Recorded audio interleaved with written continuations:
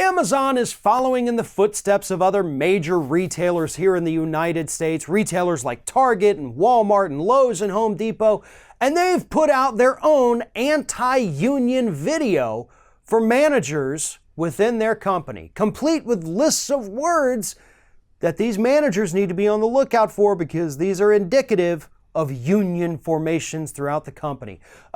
Part of this propaganda video has been leaked.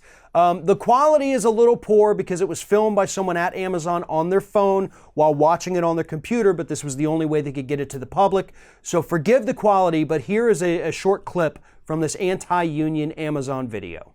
Asserted activity, such as an associate purporting to speak on behalf of his or her coworkers when raising concerns. Union graffiti, union t-shirts, hats, jackets, or other clothing, union flyers, and union visitors in or near the parking lot. Some signs are less obvious than finding the actual union flyer, but they can still indicate associate disengagement, which is itself a warning sign for potential organizing. These are signs that must be monitored very closely and should still be escalated to employee relations. Examples include associates who normally aren't connected to each other suddenly hanging out together. Associates who were close suddenly stop speaking to each other. Groups of associates scatter when approached by management.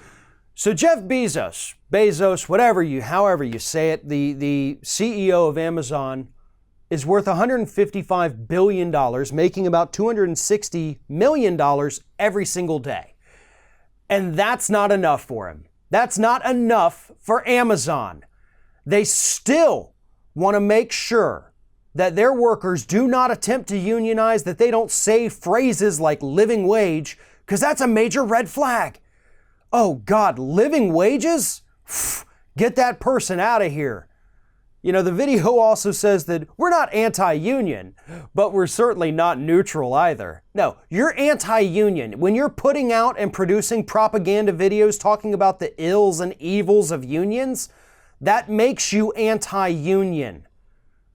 Here's the thing, and these are statistics that Republicans and these anti-union corporations don't want you to know about. Unions typically raise the wages of workers, typically in the past, by about 40%. Surrounding businesses that aren't even affiliated with the unionized one, they also see their wages go up too. So union formation does not just increase the wages of the one corporation that unionizes, it increases the wages all over the community because other companies have to raise their wages to compete or else their employees are going to go try to get a job over here. Unions help everyone, not just the members, not just the ones paying dues, and not just the ones at the same company. And that's why we have seen such a fervent anti-union push in this country for the last 40 years. They want to put an end to that. They want to put an end to the minimum wage altogether and be able to pay us as little as humanly possible, which is exactly what Amazon's doing.